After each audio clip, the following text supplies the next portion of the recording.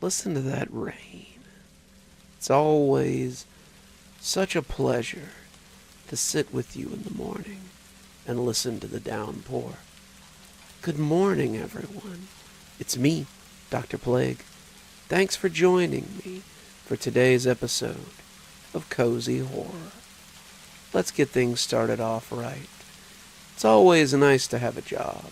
It's always nice to be employed and be able to pay your bills on time. But all jobs are definitely not created equal. Today's story, we have a realtor who has a very exclusive clientele. Today we have I'm a realtor who exclusively sells haunted houses. Ever since I was little, death was a next-door neighbor. I mean, literally right next door. I could look out the window and see it. I could watch through my bedroom window as Mom walked towards it. Every day, she would wake up before the sun and make her brisk walk to work. It took me a long time to discover what she did, and even longer to understand it. She would pry bodies apart and put them back together, prettier than they were when they arrived. They arrived in dark vans, bruises all over their bodies, and they would leave with eyeliner and makeup. That's where I learned that one can measure life in shades of purple, whether it be bruises or makeup. Measured, mind you, not defined. So naturally, that's where I saw my first body. I'd try to sneak in now and then, and I guess I was never successful. Mom always thwarted me, but eventually, I just wore her down. It was too much being the mortician and the security guard. So there he was, a fairly innocent death. He looked so natural, but just a little less. I always thought I would take after Mom, and for a while I was on track to. I'm not even sure how I got sidetracked. I enjoyed making Mom's job look nice. She always kept it so dour, and I had wanted to spruce up the place. I felt fulfilled when it all came together, and I felt like I normally do, just a little more. I did it for my house, then I did it for my mom, my friends, my neighbors, and before I even knew what was happening, I was trying to convince people to buy a house. My houses sold, and people took notice of how I put them together. I guess, if I were to be poetic, that's how I took after Mom. I took these houses, the remains of them, and dolled them up as best I knew how. I made it look nice. So nice that you'd never know it was dead at all. For a long time, I thought that when people died, that was it. No ghosts, no heaven or hell. It was a snap, and you were just gone. Like a house. When the furnace goes out, when the walls rot away, and the spider webs consume every window, I thought the house was gone. I know now that's wrong. Despite working with my mom for many years, I never entertained the notion of ghosts. It wasn't until the house on Wilbur Street that I changed my mind.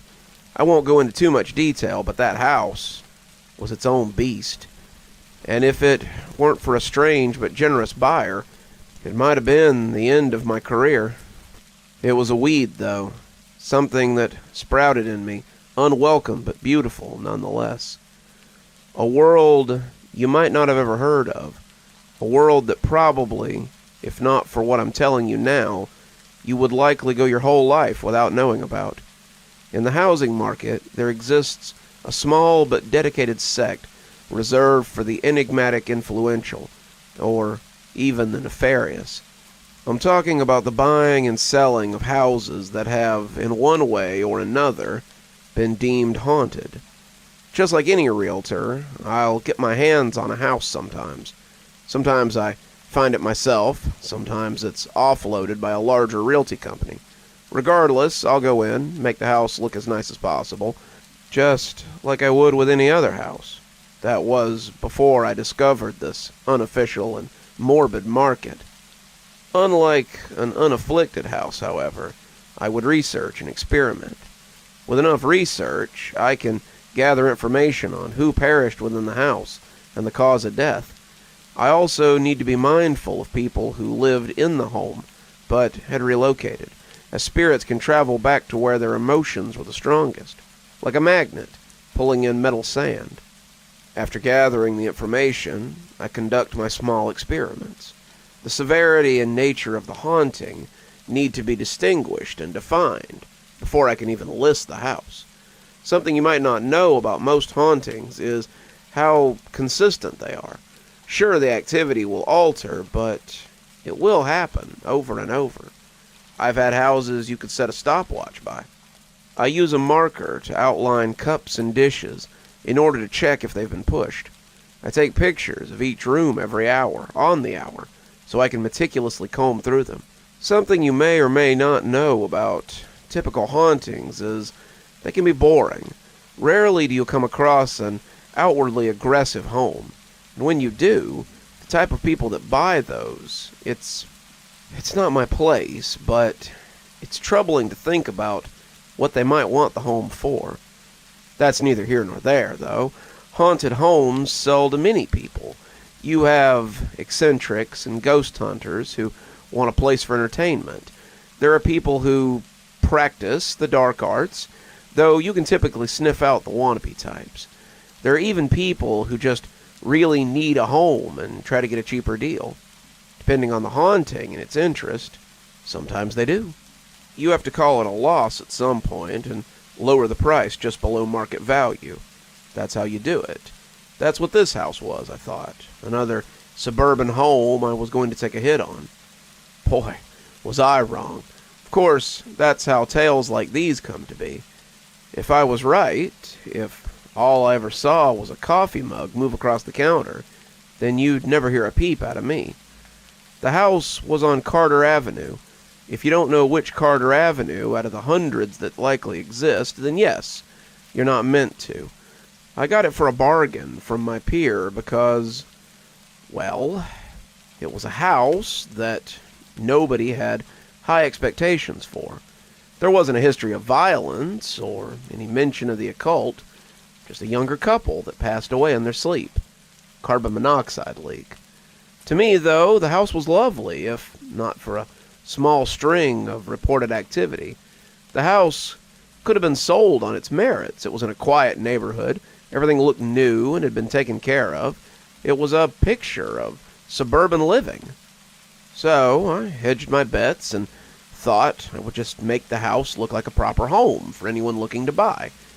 It took a while, an uncomfortable amount of time, before I'd got a bite. While I toiled away, looking through photos of the house's bedroom, my phone buzzed. It was a buyer. A young couple looking to buy their first home. The woman on the phone beamed about starting a family of their own. So we set up a date to meet, and I plunged further into Carter Avenue. As bizarre as it is to say, I wanted to make sure the haunting was child-friendly. No loud noises or aggressive movements, you understand. For the most part, though, the house was quiet. Sure, there were signs, but the haunting was so mellow, you'd never know it if you weren't looking for it. A slight push that would move a cup from its outline. Pictures on the wall that would go askew, and a penny was even pushed off the counter. That was all, so, just enough. It was just enough activity for it to make the difference between haunted and natural occurrence. Maybe I should have had my wits about me in that regard. Though I know, when I offer myself grace, there's no way I could have known it was anything other than a run-of-the-mill haunting. The day of the showing plays in my head from time to time. I always go back to when I was starting down the hall. It was right before the couple was supposed to show up. I stopped at the top of the stairs and looked down the hallway. It led to all the bedrooms and had light bleeding in from each. The sun was gentle and warm. It created a vignette in the hall. At the end of the hall there was a picture, hanging above a small table, decorated with various books and a small fern. The picture was an oil painting, a stark mixture of black and white. Upon seeing it initially, you'd assume it was nonsense, a Rorschach test of sorts. If you took the time to soak it in, though, at least for me, I made out the picture. It almost always looked like an animal with a wide-open jaw, a howl of anguish. Once I made out the mouth, the rest followed suit. Maybe The face was meant to be beautiful, but it looked straight out of hell to me. It felt crooked. It, however, was a painting in the home that the haunting hadn't affected. To the naked eye, the painting was perfectly straight, lined right up to the surface of the table under it, but it felt crooked.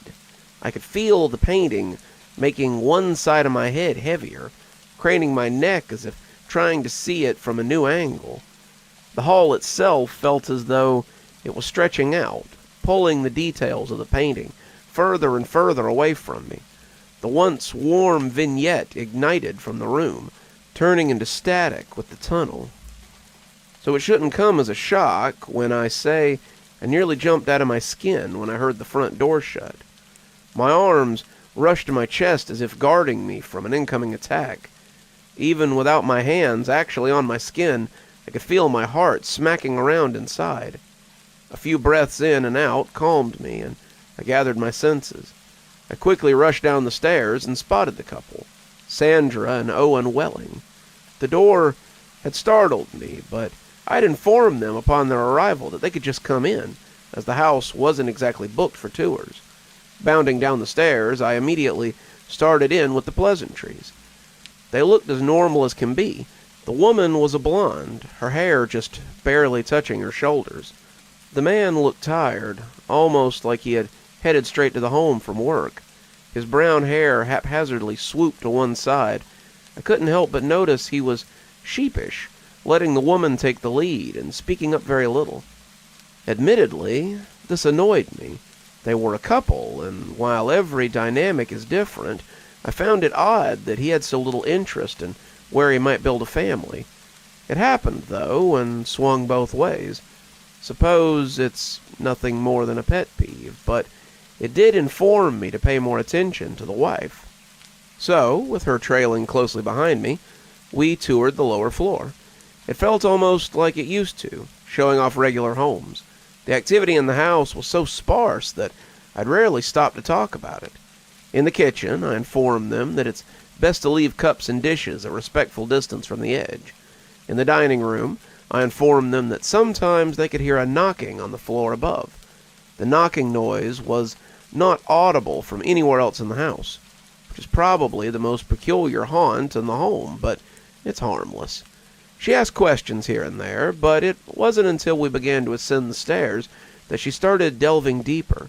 In the first bedroom, she asked me who the previous occupants had been. I told her it was a young couple, though I only knew their names. We sometimes find photos left behind by the previous occupants, but this time, especially with younger folks, the families affected will snatch up photos before I even get my hands on the house. It might seem odd that I don't go too deep into the lives of those who are supposedly haunting the grounds. I did early on. I'd familiarize myself with their faces and history, but I found that doing so would cause a confirmation bias. I would see faces where there might not have been one, or I'd pick up smells related to the previous death and assume it was paranormal, when it could just be a clogged drain. The woman stalled for a moment and rested her hand on the doorframe. I could only see her back. The sun beaming through the windows wrapped a glow around her thin figure. "It's cold." I hardly heard the words when she spoke them. They were distant, like they were afraid to leave the room. She was right, though. It was cold, and noticeably so. The house was monitored for temperature variations, but nothing so severe. The skin on my arms prickled. I thought the cold would have made me shiver, but after taking in the new chill, I realized my pocket was buzzing. I ignored it, realizing the man had drifted out of sight, though only barely. He stood in the hall, looking at the same painting that had mesmerized me earlier. "This would make a great nursery," the woman said, her voice louder this time, but still distant. I was watching the man, though, his arms sheepishly jostling from side to side like he was fidgeting with something. A tension had built in my chest, partially from the cold gripping my lungs. Reaching into my pocket, I quickly retrieved the phone, intending to ignore the call as the vibrating was audible. "Oh, absolutely. It's great for sunlight in the mornings," I replied, glancing at her as I spoke. I glimpsed the same silhouette before returning to my phone's touchscreen, and just like the painting had before, the illuminated screen stole my attention. I couldn't have been more than a minute, though. Despite how long it felt, the clock in the upper right corner didn't change. An incoming call. The sensation of the phone rattling in my hand acted as a warning bell, a siren of things to come. Incoming call from Sandra Wellings. The words couldn't have felt heavier in my hands. Her voice, when I picked up the phone, couldn't have been louder in my head. I listened to the woman on the other line apologizing. She was embarrassed. They had fallen asleep on the couch and had no alarm set. She was asking me if they could still come by or if I wanted to reschedule. A reply, no matter how desperate I was for it, did not come, and as Sandra continued bidding for my attention, I could only look down the stretching hallway. In the deserted hallway, the only object present was the small white plastic dish and 2 batteries lying nearby. Suddenly I became horrendously aware of the figure that was in the doorway. I couldn't see her as I started down the hall, but God, could I feel her. Her presence felt so stifling, I thought I might fall through the floor. A soft whimper of denial weaseled its way up my throat. It felt like I was being told a story, or rather it felt like a story I'd already known, but that had been pushed deep down. This was someone else's story, a story of a death much more sinister than the public knew. This would be a great room for a nursery, the figure spoke, and as if those words manifested, I could feel strands of hair drop on the side of my face. She must have been as tall as she felt, hunched over with her head pressed against the ceiling, dark strands hanging like stalagmites. She wanted me to look. I could feel it. Her gaze fixed on me and burned holes through my scalp. Closer and closer. I could feel her warm breath wafting on the side of my face. The smell was more noticeable, though, or rather the lack thereof.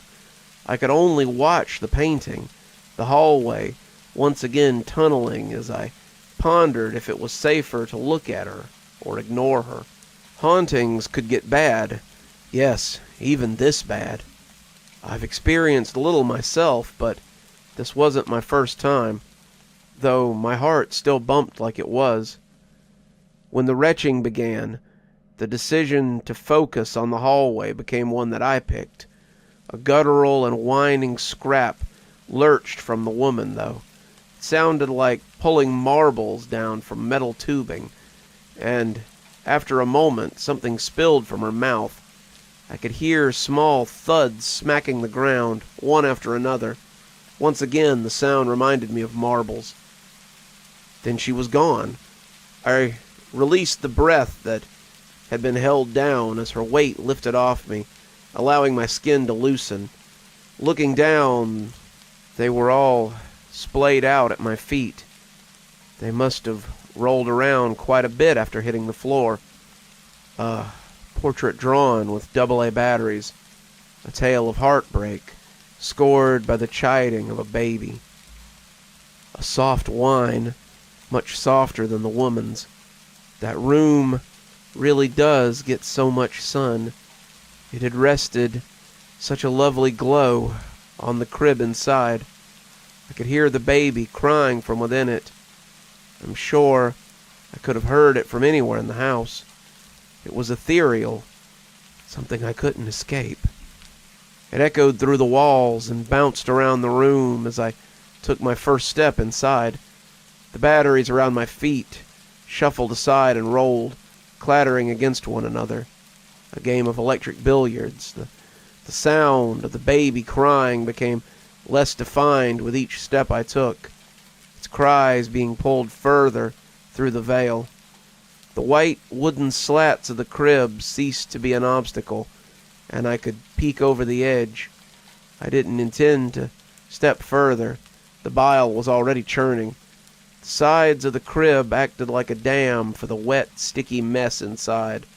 All that white was painted freshly red, a crimson that glistened in the sun. My legs gave out, and I crashed to the floor. The hardwood vibrated on impact. I felt my throat choke and scratch. Burning came afterwards in intervals. I was getting air, never catching my breath. A burning rose in my chest, nails dragging. Looking down at my shirt, I could see long, dark lines running along my skin, like aged scratch marks. "I'm sorry," I whispered, cowardly, pensive. Looking up, he was lying on the floor, the boyfriend, the man. He was clawing at his chest, and his body writhed. The veins in his eyes crept towards the pupils like vines. His eyes rolled up, his gaze reached far above his head. This mess of a man, he was watching her, so scared of her now. She was looming over me again. All her hate and grief sat like a ball in my neck. All her unbridled horror wrapped around me, and I felt it. I could feel the hot, stinging tears running down my cheek. All that horror, waking up in the middle of the night, feeling how weak your body is. She must have known, or maybe she saw him taking them out. He probably told her he was replacing them. A depth of despair I could only understand when I looked into her eyes. Dying, knowing the life inside of you would follow. I thought, truly, that her face would be horrific. A mangled mess of bones and flesh, red and pulse. Horrific indeed. But there was no blood, just tears. The streams disobeying gravity. They twisted around her face and slipped around the curves of her nose. Her very own soul, a Rorschach. Pain will paint our lives. It can shape the way we see things. It can change the feeling of a room. It can haunt the memories you once held dear. No matter how many times you try to paint over that pain, it's still there. And I felt it on my face that day. As a few of her tears relented, failing to mix with mine, I knew her more intimately than I knew myself. That's the real ghost. I suppose it always will be. The pain. We locked eyes, and although I understood her, the fear did not subside. A part of me felt like if I moved, she would change. If I broke off the conversation, as it were, then I would see something worse. The pain was a mask, and I could feel whatever was under it was in torment. I still think about it sometimes. The man was there in all his horror, face beet red and swollen, his throat ravaged with claw marks as he gasped for air, feeling as though he was being suffocated, regretting the decision he had made, probably telling himself in his final moments that he could have just left, and he was right. Of course, he likely died thinking of himself, and that was a moment of solace for me, that in his last thoughts he realized just how stupid he was. Even as I heard his body writhe around, pudders of liquid spilling from his mouth, even as he smacked the floor with what little strength he had left, begging for mercy, I watched his face, long and black, curtain-like strands of hair cutting off my peripherals, so all I could see was her. I stared into her face, dread growing closer. My eyes started to lose focus as she looked down at me. Her face appeared to stretch away from me like it was retreating down a hallway. She moved further and further, the guttural sound from before echoing around the column of hair she created. It got louder, growing as she shrank. Before too long, her face appeared like a two-dimensional object in the distance, just her misery, hanging solitary in a museum. At that distance, The noise was suffocating. A chirp layered on top of 1,000 other chirps until I couldn't stand it anymore, and my eyelids slammed shut. The noise halted then, and quiet returned. My breathing was deep and ragged, and after wrestling with the thought, I opened my eyes again. Staring down the hallway, I felt the phone in my pocket buzz. Reaching into it, I read that Sandra was trying to get a hold of me again. Only 3 minutes had passed since she called. Accepting the call, I heard her rambling. I only focused on what she was saying when she asked if I was showing other people around. The words came out before I thought about how to phrase them. I just asked, "Did you hear her too?" Sandra chimed that she had, but hung up when the baby started crying, as it was hurting her ears. She continued talking as I zoned out, hypnotized by the hallway once again. "The house isn't a fit for you," I cut her off, cold and direct. "This house was no place to raise a baby. Someone will buy it, but I won't sell it. Damn shame, too. The light coming in through the window at the end of the hall really livens up the place." What a treat it is to get to spend my mornings with you. I think it's probably my favorite part of the day. But I know what you're here for, so let's keep right on rolling with another great story. It's always nice to have admirers. I might know a little something about that. But sometimes being watched isn't all it's cracked up to be. Like today's story, he watches from the corners. My Uncle Phil was a detective in Los Angeles. He died last week, age 75. He'd been blinded in the line of duty in 1993 and got a sweet payout. Only time I ever saw Uncle Phil get upset was when we asked the details of how he'd lost his sight. He refused to tell us, and even talk about it. My mom and brother and I spent the weekend clearing out his house. Uncle Phil was a nice guy overall, but he was also something of a hoarder. It took us 15 hours to get the place even close to clean. In the basement, we found his filing cabinet behind a stack of boxes labeled men's adventure books. The filing cabinet was locked. After my mom and brother had gone for the night, I got my buddy Reuben to come over and try to get the filing cabinet open. Reuben fashions himself as a lockpicker. Took him 16 tries. I was counting, but he finally got it unlocked. In the bottom drawer at the back was a large envelope dated 2008, marked Destroy. Guess he must have forgotten to follow through on it. Inside was a typed transcript of the very last interrogation my Uncle Phil ever did as a detective. There was also an LP, a slab of black vinyl with no sticker, no markings on it at all.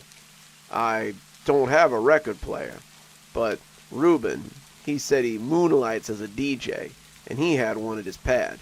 So I let him take the record and rip it, send me an MP. He left, and I brought the transcripts upstairs. I read it, and it scared the crap out of me. I was in a panic afterward. I called Reuben, but he didn't answer. I tried his roommates, but they said he hadn't come home. That was 2 days ago. No one's seen Reuben, and his phone's no longer in service. This afternoon I got an anonymous email with an untitled MP3 file. I haven't opened it. I will never open it. I'm posting this transcript of my Uncle Phil's last interrogation here. I'm doing it as a warning. I know record collectors will call me paranoid, but I'm telling you, avoid unlabeled LPs you find at the thrift store or old record crates. If you sent or somehow come across an untitled MP3, be very careful. If it says anything about the Drawn King, delete it immediately. California Bureau of Criminal Apprehension, Investigating Supplement, 1993-78409. Transcript 8/6/1993. PH. The coffee is just on your left. WS. Here? PH. I can help you get it if you... WS. No, I'm fine. Thank you. PH. Alright, okay.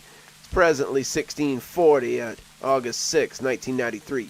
Detective Phil Hernandez, currently at the Van Nuys station at Van Nuys, California, to interview Captain Wyatt Shepard. This is for LAPD case number 1993-784. Wyatt, I want to go ahead and get down some basic information for our report. Your first name is spelled W-Y-A-T-T. Is that correct? WS. Yeah. And Shepard is spelled S-H-E-P-P-A-R-D. Right. And your occupation is firefighter. Yes, Captain. Listen, I can explain what happened. We're getting to that. First, I just need a little more background information. You told my officer at intake that this began 2 days ago after an incident. You have to understand, I tried to stop it. Wyatt, I need you to start at the beginning. I need you to take me back to the night of the fire at Burbank. You just told my officer that all this, everything that went down with Mr. Carson, it started with the fire. I want to hear why you think that. Okay, it was the apartment. That was the fire at the Oakcrest apartment on Myers, right? Right. Our engine was the first one on the scene. A 2-alarm on the second floor. Everyone had been evacuated by the time we got there. All but one person on the third floor. The east corner. The manager said his name was Nash. Something Nash. The man was a recluse. Hadn't been out of his room in something like 20 years. Had his food, his clothes, all his stuff delivered to his door. Never stepped a foot outside. So the manager told me. You, went to Mr. Nash's door, brought him out? Wasn't that easy. Fire was spreading quick. Me and Tomlinson, Nadia Tomlinson, part of your truck company? Yes. She and I took the east stairs. It was smoky, but we still had visibility at that time. Mr. Nash didn't respond to our knocks, our shouts, so we used a battering ram. Took down the door and then stepped inside. That's when we noticed that it was weird. You mentioned weird how? The whole interior. These were regular apartments, built in the 50s or so. 1 or 2 bedrooms, most of them. The typical layout. Not this guy's place. His apartment was totally modified. All the walls were rounded out. Rounded? What do you mean? He'd smoothed them all down to remove the corners. There were no corners in the place. No windows either. It was like being inside a big egg. He had painted them white, too. Wasn't done professionally, if you know what I mean. It was clear that the work was of one person over years and years. Just filling in the corners, smoothing them out. And the furniture was like that as well. Yes, all the chairs were beanbags. The tables were sliced tree trunks. It was crazy, but we weren't in there to examine the decor. We were in there to get Mr. Nash out. He wasn't going to come easy. He was guarding this wall full of records.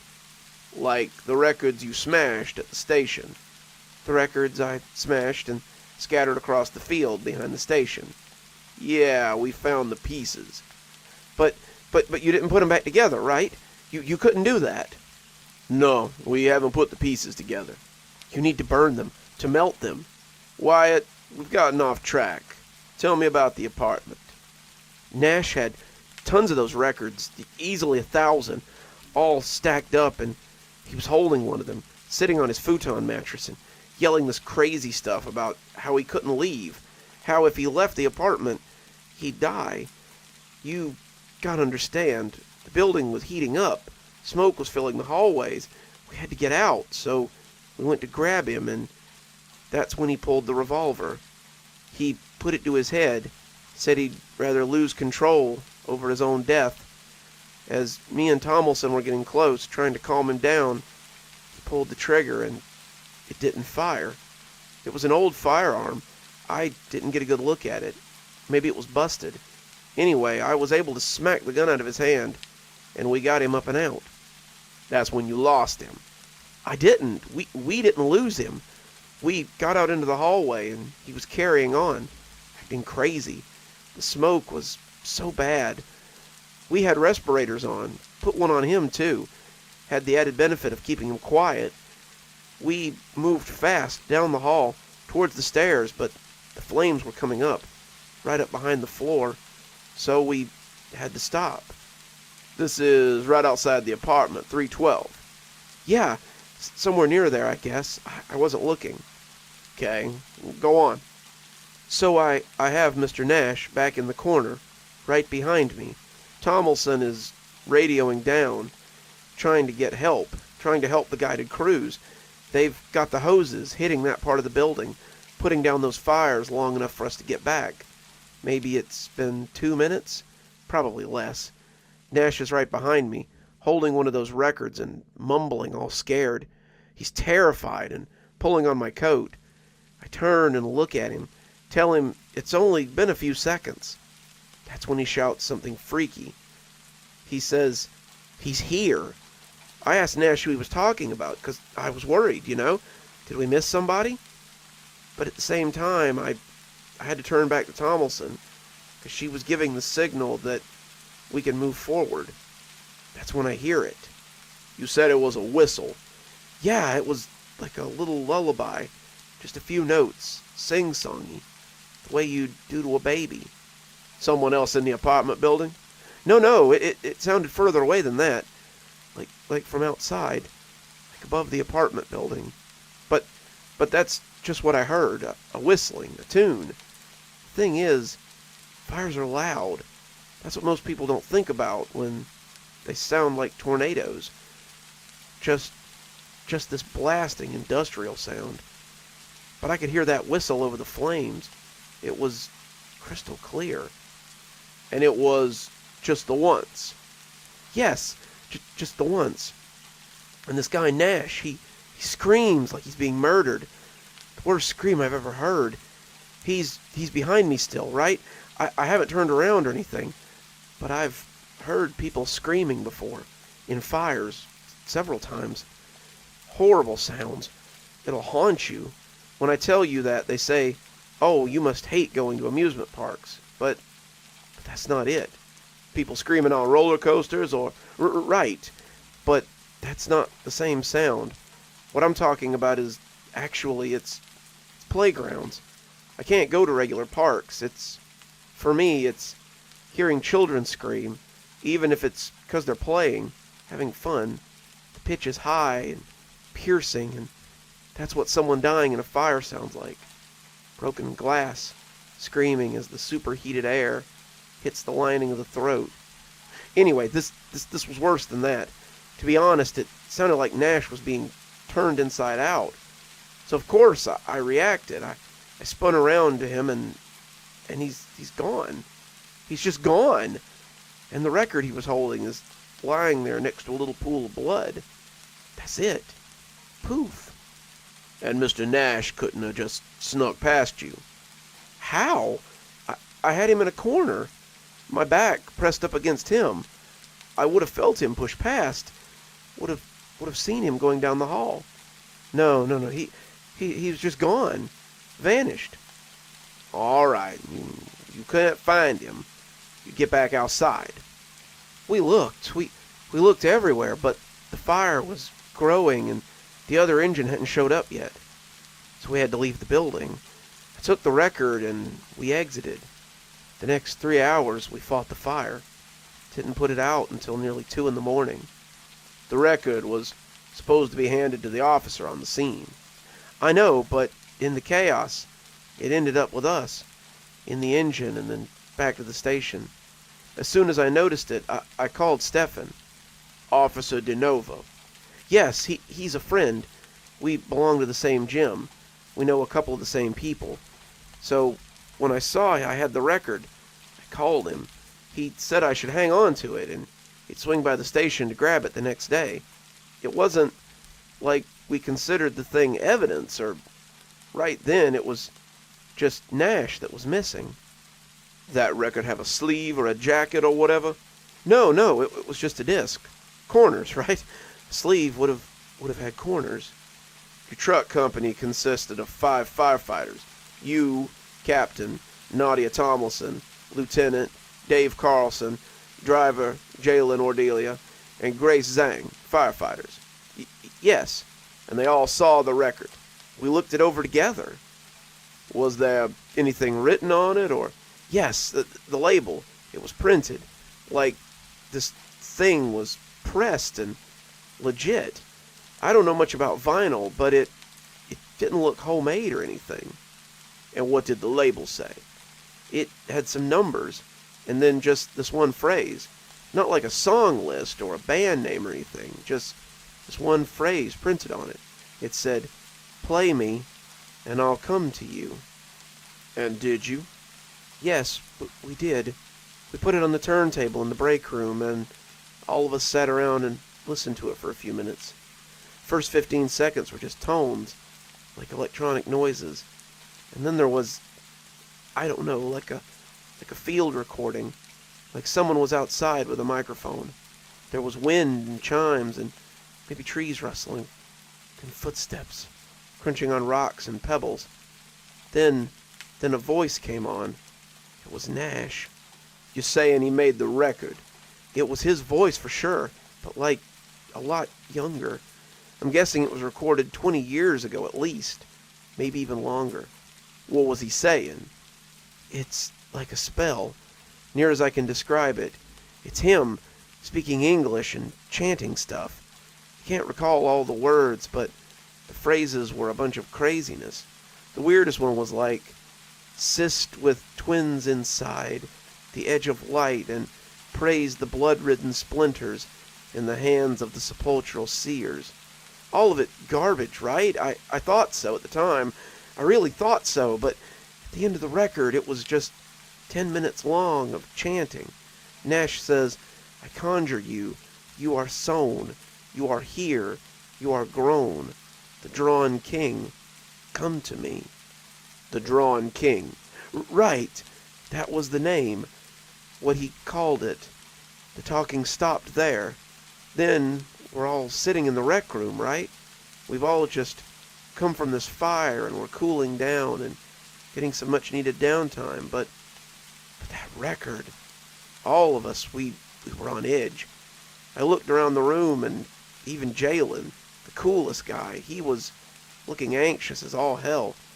Grace wanted to just shut it off right then and there, but we didn't. That's the thing I most regret. We didn't. So what happened? The record kept going.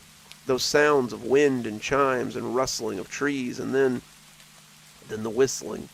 It drifted in, soft at first, and then louder and closer. It was the same whistling that I heard at the Oakcrest apartment. Same exact one. I got chills. My whole body just felt electric in the worst way. Like that inbuilt threat system we have. The primal one. It was going crazy, warning me. Warning you about what? That bad stuff was going on. The whistling drifted away again. And then Nash came into the microphone, and I'm just recalling it from memory, okay? He said, "I've done the conjuring. You heard it with me. Now you are tuned. Tuned today. Tuned 10 years from now." That was the word. Tuned. Then he said, "And if you want the Drawn King to come to you, look in the nearest corner and let him in. He's always watching you from the corners, always waiting to come through. Stare back at him. Stare into the corner. Then count to 6 very slowly, saying his name each time. Do not blink. Do not turn away. You will hear the whistle, and that means he's approaching. From then on, when you see him, he will come to you, and he will set you free." That's what Nash said. That's when the recording ended. Him being the Drawn King. Does that mean anything to you? No, never heard of it. Of him. And this whole thing about corners, you're talking regular corners, like the walls here. Yes, any corner. Any 3 edges meeting. I suppose it could be as small as the corner of a cereal box, or as big as the corner of a building. I never really thought of corners as being particularly scary. That's because corners aren't a thing you usually think about, right? Like on a daily basis or anything. But if you do think about them, if you really focus on the idea, you'll feel this tremor in your gut, and you'll realize that corners, they're something you've always been uneasy looking at. That's why Nash's place was the way it was. See, that's what I realized. His apartment, Nash got rid of the corners in his place, because he conjured the Drawn King, and he wasn't safe. Like the record said, you can call him, you can see him, and he comes to you. Maybe Nash thought it was a good idea at first, you know. People who are into magic, they always use it to try and summon spirits and things, whatever, to become rich or find love or get power. But this thing, the Drawn King, I'm guessing Nash wasn't prepared. You told Officer Rollins that you think Mr. Nash was taken by this, Drawn King. Yes, and you also said that he, or it, took Dave Carson. Yes, Dave disappeared, same way as Nash. Well, most of him disappeared.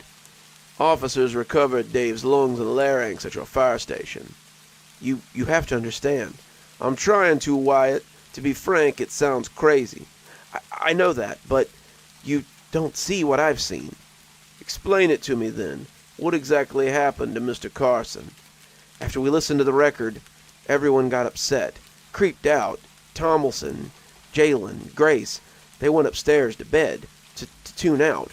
Me and Dave, we went to the kitchen. Late night snack. Dave used to whip up these meatball sandwiches that, Anyway, he was one of those tough city kids, kicked out of his house when he was in high school. Minor miracle that he made it to 21. Even bigger miracle that he got into the academy. Dave and I had our run-ins, a few tussles, but he was a good firefighter. Laser focused when he was on the job, and total clown when he wasn't. That clown side, the Joker, that's why he decided to try it out. To prove that it was all crap. That the apartment, the record, the Drawn King, they were all just products of Nash's sick mind. Okay, so what happened? Well, Dave and I, we tried it. Tried what? Well, like I said, we were in the kitchen, at the table. Dave turned his chair around and pointed to the corner. It was across the room. I think we kept some gear there at one time, but it was empty. Only dust and shadows. So he stares at it. Stares at the corner. Starts to count. With each number, he says the name. The Drawn King. We're laughing at first, but we can't both help but feel the pressure. I don't know how to explain it, like when a storm is approaching, and you can feel the heaviness come down, fill the air with electricity. Soon we were both counting, slow and saying his name, and our eyes are locked on the corner. We couldn't look away. So we get to 6, and that's when we hear it, the whistle, like at the apartment fire. Yeah, just the same, just as haunting as on the record. A lullaby, just a few notes. And this was coming from outside. It was distant, like on the edge of hearing, but it wasn't outside. It sounded exactly like it was coming from behind the corner, like right inside of it. And you went and looked? I jumped up with my flashlight and walked over, keeping the beam on the corner. There was nothing there, just dust. Me and Dave were both shaken, though. Had that rubber-legged feeling you get when you step off a roller coaster. Adrenaline pumping through us. We went upstairs, and we came up with all sorts of ways to dismiss what had happened. And the rest of your company, they were asleep. None of them heard that whistle? No. All right, go on. I was in the bathroom washing my face when I heard it again. The whistle. Only it was real close this time. Too close, like right there in the room with me. So I look up into the mirror and I see the corner of the bathroom behind me, and I see him. I swear to God, I see him coming out of the corner, staring right at me. Who was staring at you, Wyatt? The Drawn King. I just knew it was him. This was a person, maybe once, but something horrible had happened. He was on the floor, crouched down like an animal, peeking out from the corner at me. His face was all twisted. Twisted? Twisted how? A couple years ago, we were called to a food processing plant. Guy there, he fell into one of those industrial mixers, the kind with the massive stainless steel whisks. It pulled him like taffy. Taffy with bones in it, and that's what the Drawn King looked like. Only he was moving, alive, staring at me. I closed my eyes, and when I opened them, he was gone. That's when I heard something downstairs. And Dave Carson, was he upstairs with you still, or? He was in the bay, holding an axe and a flashlight, looking under the engines, all panicked and sweating. Dave nearly cut me in half when I came up on him. I'd said his name aloud, but he was too far gone. I asked him what he was doing, and he told me someone was after him, someone all bent and warped out of shape. I knew he'd caught a glimpse of him too. We searched the garage every inch, but we didn't find anything. Did you rouse the others, or? No. We were feeling foolish. Neither of us wanted to admit that we were seeing things, and the same things at that. I figured we were just exhausted, stressed out. We talked about it maybe being PTSD from the encounter with Nash, but Dave hadn't been inside the apartment. So we turned on all the lights in the kitchen and just sat there. Tried to stay calm. We had some tea. Dave said he thought it could be something he'd read about in a book when we were taking classes at the community college. Something called folie à deux. That's a mental condition, correct? Yes, it's where two people share the same psychotic delusion. Like seeing something following you. Something coming out from the corner. I mean, I'd never heard of it before, but it made sense. We both had listened to the record, stared at the corner, counted and said the name. We heard the whistle. Maybe we both had a mental break at the same time, you know? Stranger things have happened, right? Anyway, that kind of calmed me down. Calmed us both down. All right. There was no way we were going back to sleep. Dawn was close. Lights were all on. And after a couple hours of quiet, of not seeing anything, we kind of felt stupid. Like kids who scare themselves telling ghost stories or trying to freak each other out. Nash, the record, it had all gotten under our skin. Dave wanted to smoke. He'd do it in the parking lot out back. This time, though, we kept the door open, just in case. I don't know if it was so we could keep an eye on each other, or for me to keep tabs on him. Again, our nerves had gotten fried. Our minds were getting the best of us. So Dave goes over to the door, pushes it open, and steps out. But he keeps his foot there, so, I can see him. It's dark out there, but there's a light in the lot, so it's not like... Anyway, he lights up a smoke, takes a couple drags, kind of laughs. I remember that. Then we hear it again. The whistle. Only this time, it's okay. Take a break. What'd you hear? The whistle. It wasn't like before. It wasn't off in the distance or above us or outside in the corner. It was loud, like thunder, enough to make us want to cover our ears, like an air raid siren, and Dave turned to look at me. And we both knew. My God, in that split second we both knew, and I don't know how to describe it, but it was like our souls just shattered. He knew it was the end. His eyes locked onto me, and take your time. He screamed. Dave screamed the same as Nash, the same as someone being burned alive. As he screamed, his eyes just boring holes into mine, his pain and fear, and he turned to look outside at the corner of the station, and as the Drawn King grabbed him, he dragged Dave inside on his belly. Dave's nails grinded desperately against the asphalt. The door slammed shut. You saw this. Yes, I saw the Drawn King's arm. His hands, those fingers were too long, too sharp. He had Dave by the back, and there was blood spraying everywhere. And I ran out there after him, yelling his name, and kicked open the door, and there was his cigarette, still lit, still smoking, and it was a big puddle of thick blood and body parts, pieces. No sign of the rest of Dave Carson. No sign. I swear to God, he was gone, and this Drawn King took him. I know how it sounds, okay? I do. But you didn't wake the others or call the cops, right? You did something else. Yes, I went back inside, into the kitchen. The record that Nash had made, it was sitting there on the counter, and I smashed it. Then as the sun was coming up, I threw the pieces into the field. That's when I realized that Nash, he'd defeated the Drawn King by rounding off all the corners in his apartment, right? It kept him safe for decades. I couldn't do that. How was I going to do that? So I realized there was another way. You cut your eyes out.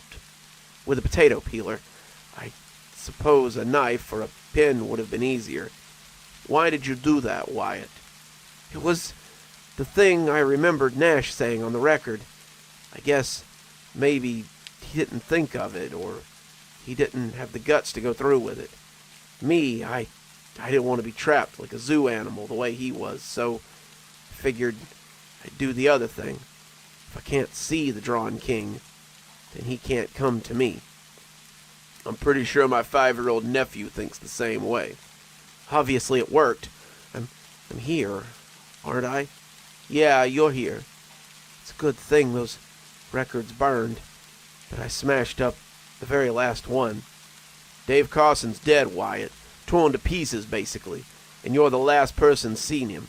I should remind you that according to your company, Nadia Tomlinson, Grace Zhang, when they came downstairs at the fire station, they found quite a scene.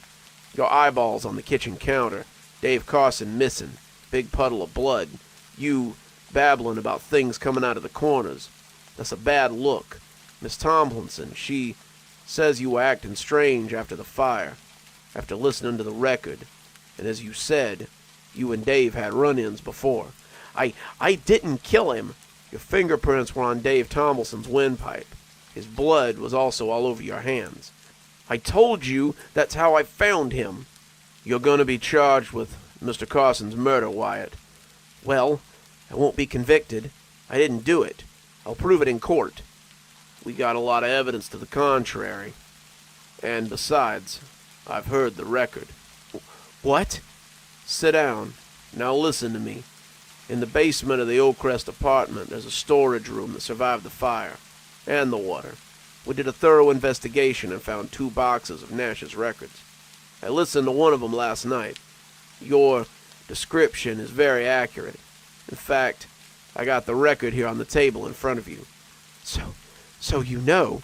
It's just a creepy novelty record is all. A joke. The contents of the box, the other records, we dropped them off at a donation center. Please! I don't want this to... Do what, Wyatt? Confess to killing Mr. Carlson? No. Wyatt, you're kidding me, right? You think that if I look at the corner right now, if I, count to 6 and say the Drawn King over and over again, that he'll appear like Mephistopheles? Please, I'm begging you. You heard the record. I'm going to prove to you that the Drawn King don't exist. That you've been tainted by that record, by your own mental illness, your deep-seated hatred for Mr. Carson. Don't.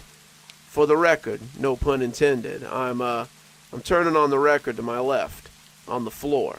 It's empty. Maybe a dust bunny or 2. Certainly nothing scary or twisted there. And I'm staring at the corner. Here we go.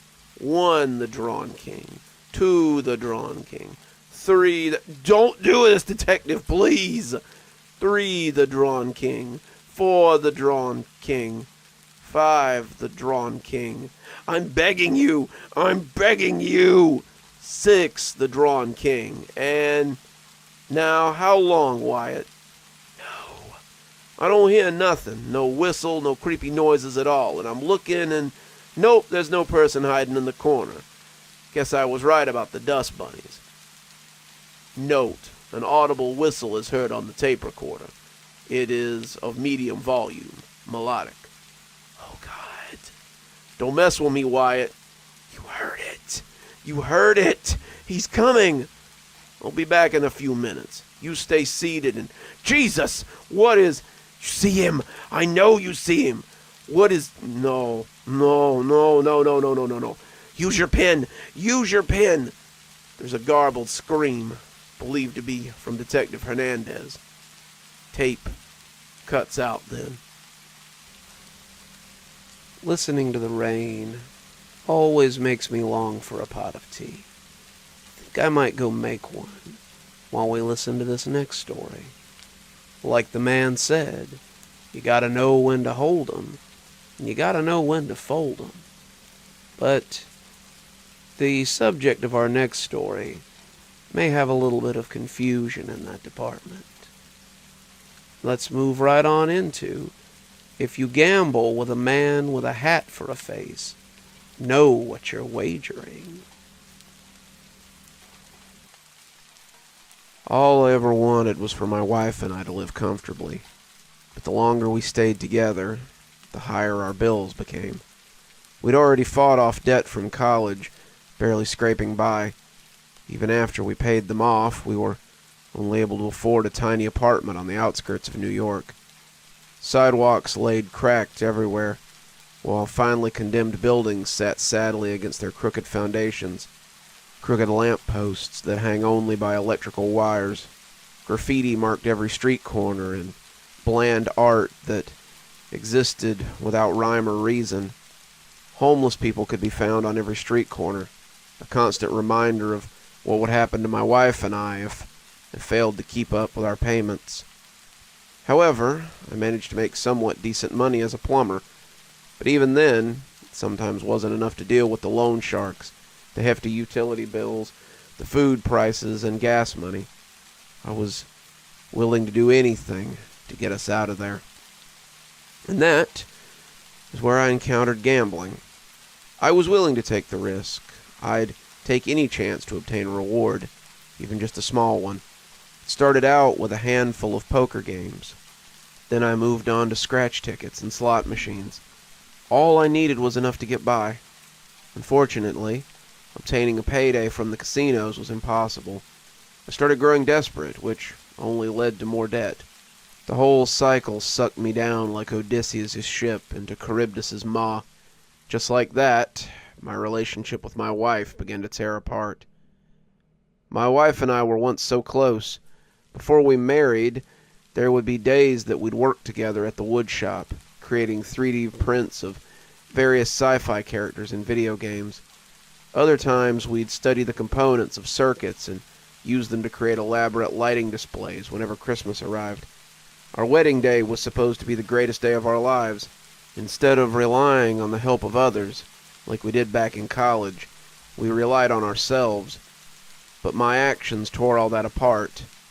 I didn't know what else to do either. A few nights ago, I arrived at my apartment, having completed a 10-hour shift fixing drains of several upper-class tenements. I rested my hand on the knob, expecting the worst from my wife. Sighing, I pushed the door open. The moment I did, she was already in the front hall. Her eyes were scrunched, and she was holding a bank statement, smacking it for emphasis. "Care to explain?" she demanded. I rubbed my temples, removing my scum-covered overalls and plopping them right into the nearest laundry hamper. We locked eyes. Breaking eye contact with her would only ignite her anger further. She was holding another piece of evidence of my failure to strike it rich. All I could do was stand there sheepishly, tail tucked behind me, and wait to get ripped a new one. No words would come out of my mouth. She marched up to me, holding it in my face. "Frank, you wasted $3,000 at the casino again, didn't you?" my wife bellowed. I set my toolbox down and washed the pipe gunk off my hands. looking down for just a bit. "Turn around and look me in the eye." Resting a hand on my eyes, I glanced over her petite frame. Then I began to speak. "You can live comfortably if you just give—" "Enough of your excuses. We nearly lost our apartment twice from all the betting on the slots. You wasted our heating money on roulette. And now this. The landlord wants $4,000 in 2 weeks. And if we can't get it sorted out, we're going to lose our apartment." I held up my hand reassuringly. "Look, just let me figure this out. I'll think of some way to get money." "You better. Otherwise, we're getting a divorce. You got it?" Without another word, I put on a casual outfit and exited for some fresh air, shutting the door behind me. I gazed back at the unpolished apartment number on the frame. Wincing, I clenched a fist and descended the rickety stairs. Eventually, my boots hit the cracked pavement, and I headed off.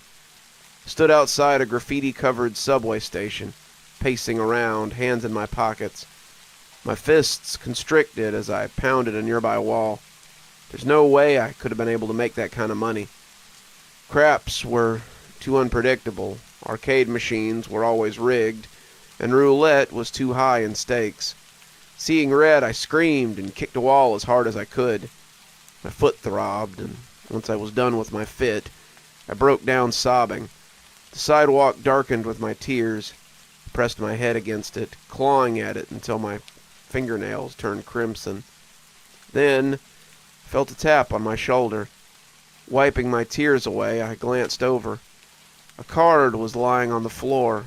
Its borders were covered in green dollar symbols. The rest of the card was a silver color, shiny enough to reflect my face in it. Written in gold letters were the following: Aces High Casino. Win 1 round of blackjack and earn $50 million. No monetary wager needed. Table 777. My eyes lit up. All I had to do was win 1 game of blackjack and I'd be rich. Dimples formed at the corners of my cheeks and I pumped my fist. I nearly clicked my heels in joy, but I decided against it. I'd already caused enough of a scene already, and I wanted to make sure nobody knew my secret. When I flipped it around, it had an address also written in gold letters. Despite the address being in an unknown area, I still managed to pull it up on my phone's maps and arrive without much struggle. The casino itself was a pigsty, to say the least. Smokers polluted the air and the prison-gray interior. Slot machines with broken lights clicked and whirred while cheap dice clattered against tables with peeling felt. Meanwhile, the concrete floor was covered in colonies of roaches while neglected beer bottles sat against the rugs of several tables. The only thing that was well kept was the bar and a room draped with navy blue curtains and gold sashes. Emblazoned over the doorway was the number 777. This was the first time I'd entered a casino smiling. For once, I thought this was my lucky night. When I pushed the curtain away, they revealed a room with an ornamented black wallpaper, an assortment of oak desks, and other furniture. The walls were covered in fine Baroque paintings. On the floor was a single blue carpet covered in opulent tapestries. I followed the back wall to a single dealer table coated in green felt. 2 seats were present, with one person taking the seat on the left. He was shaking with what I assumed then was excitement. Behind him was a dealer, a trim man with blonde hair and a top hat over his nose and eyes. He wore a dapper tuxedo, free of blemishes, that shimmered in the light of a single hanging gas lamp. His skin was pure, free of moles, glistening with a slight amount of glitter. "Why, hello there," the man spoke, his voice slicker than the gel in his hair.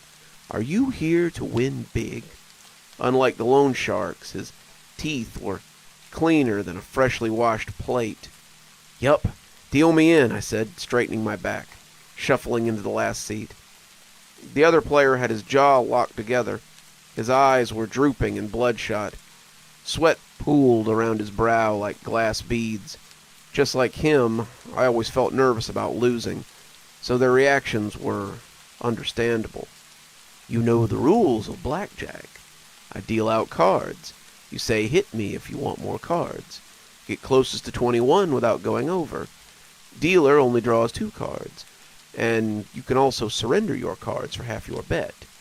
When you don't want any more cards, say the word stand, the dealer said, shuffling his cards through his hands and manipulating them like a sculptor with a ceramic pot. I double blinked. Wager? What do I bet with? Play a game, and I'll tell you. The mystery man focused on passing out the cards. First, he brought out 2 cards for himself and dealt 2 more to each player. Instantly, he flipped over his cards. Jack King. 20. I clutched the velvet black card, seeing what I was dealt. A 10 and a 7 of hearts. I forced my face into a neutral smile. My stomach twisted. There was no way I could get 21 that easily. Surrender, I said, pushing my cards to the dealer. All he did was shuffle the cards and toss me 2 more. They didn't even bother looking up at me during the process. The other players started clutching his stomach. His smile vanished. I carefully looked over the guy's cards. 7 and a 2 of clubs. Hit me, the guy on the left choked out.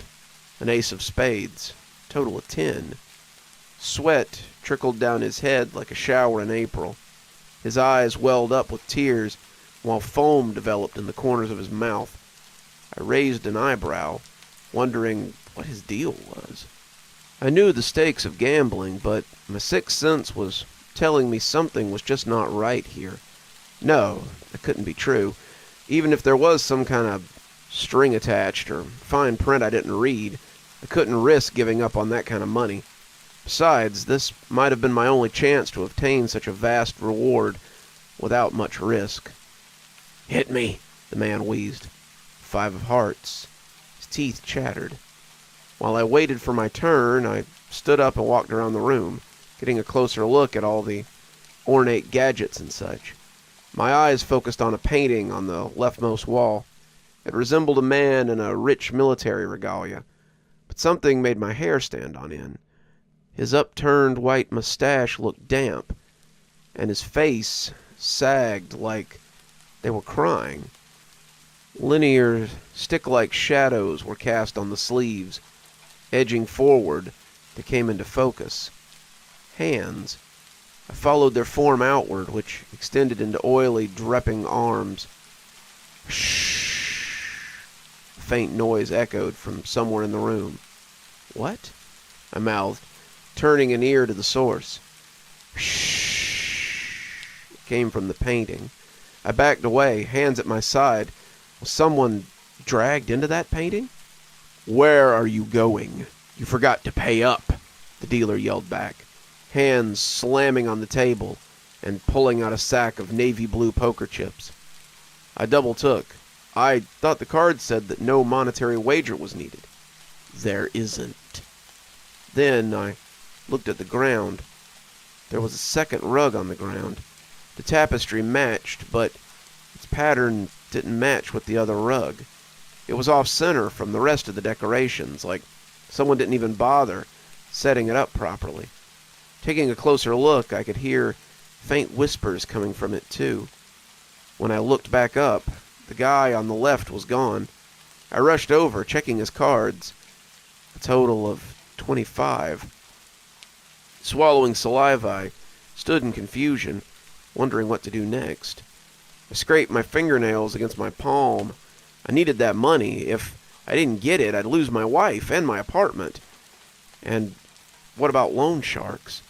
Only God knew what would happen to me if I didn't pay up. What was I going to do? What would happen if I lost?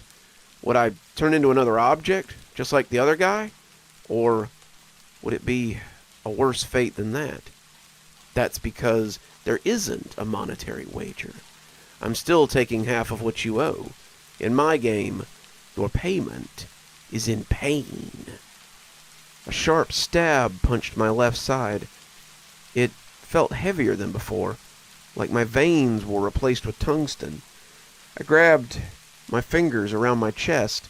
The area around the pain almost felt like a tumor. Brushing around the area, I could make out a cylindrical mass. I tried to inspect it some more, but the pain overwhelmed me, and I crumpled to the ground.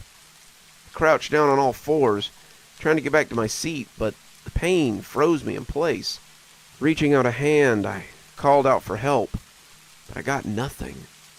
Slithering away, I pulled back the curtain to the entrance of the casino.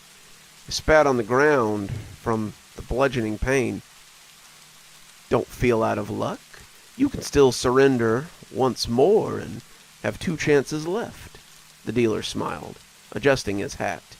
It was only a glimpse, but I caught a look at his upper face.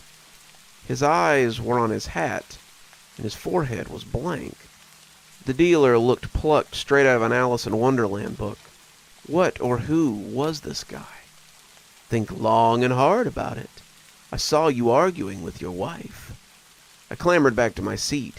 Still didn't know what the dealer did to me.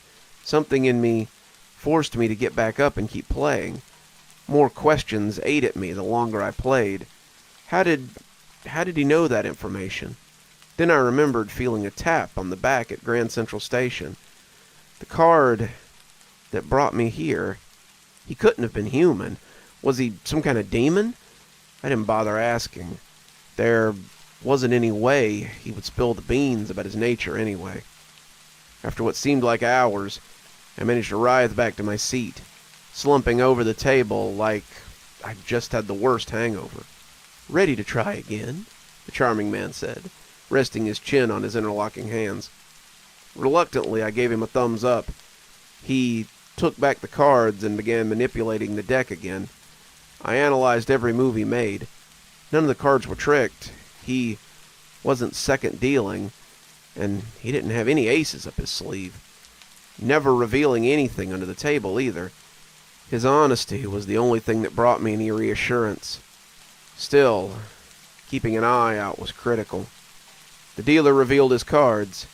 2 tens again. 1 of spades and 1 of hearts. His face was harder than diamonds and glowing like one, too. Not a pleasing glow, but one that vexed anyone that dared to glare at it. I looked at my cards. An ace and a 7. 18. Gripping my lower abdomen, I stayed crumpled in agony. The odds of getting a blackjack were slim, and stabbing pain skewed my thoughts. Surrender, I wheezed. The words slipped out of my mouth like a dying breath of a wounded soldier. The dealer smiled, holding a pile of blue poker chips around him. He waved his hand over the mound and made an inaudible chant. Then they vanished. I held my hands over my face, bracing myself. Suddenly the pain doubled, shifting to my right like a mudslide down a hill. Now I knew everything the previous player was going through. I vomited out something hard and blue. It was a poker chip. Suddenly my guts turned and another 7 spilled out. My esophagus wound itself into knots, more contorted than cobwebs. I forfeit. The man started to smile. Without these? With a thud, the hat-faced dealer pulled out a jar filled with a kidney and a piece of liver. They still oozed with blood that pumped and fit their containers. I remembered how the dealer said that there was no monetary wager. He never said there wasn't a wager at all, though. I paid him pain, and my wager was my organs. You want them back? Then win them. He set them back on the ground. Now there was no choice. My fate was sealed if I tried to leave. I started to shed tears. If I didn't get those organs back and fast, I was done for. Even if someone saw me passed out on the floor, finding donors for organs wasn't guaranteed. And even then, it had just put me further in debt. Nothing would be solved. Then again, was trying to beat this guy even worth it? No, the reward was too great. Taking a deep breath, I sat back down. Reluctantly, I asked that he proceed. The dealer drew out cards like before. He took the cards and gave them a good shuffle. Plucking 2 cards out of the stack, he revealed them. A king and a 9. Another poker chip tumbled up my throat. I spat it out, red and blue plastic heaping together. Not paying attention to the mess I made, he handed me 2 cards. A jack and a 2. A 12. Hit me. An ace. An ace could count as 1 or 11, depending on what other cards were drawn. Still had a fighting chance. Hit me. A 5. His dead stare tore at my soul. I scratched against the felt, the wounds on my finger reopening. From the corner of my eye, I could see him frowning. Are you going to play, or do you want all that money to go to waste? Shut up, I said through gritted teeth. Hit me.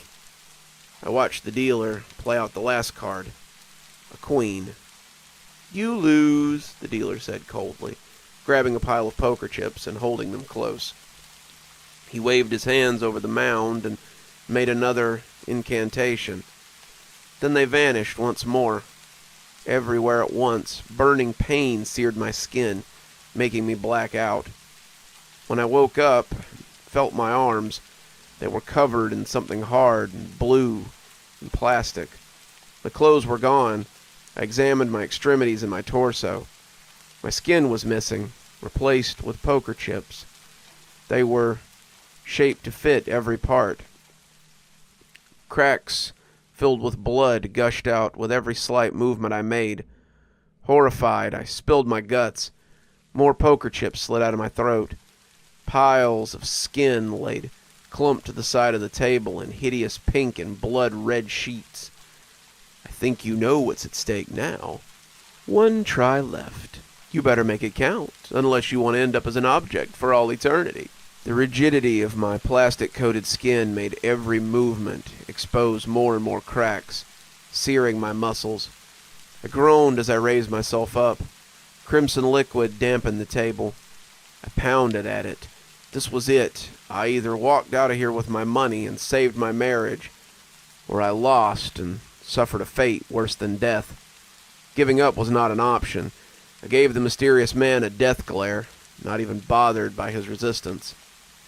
He plucked out 2 cards, a 9 and a 10. This was my chance. Then my cards were revealed, a 10 and a 2. Fingers rattling, I took a deep breath and let the calmness seep into me.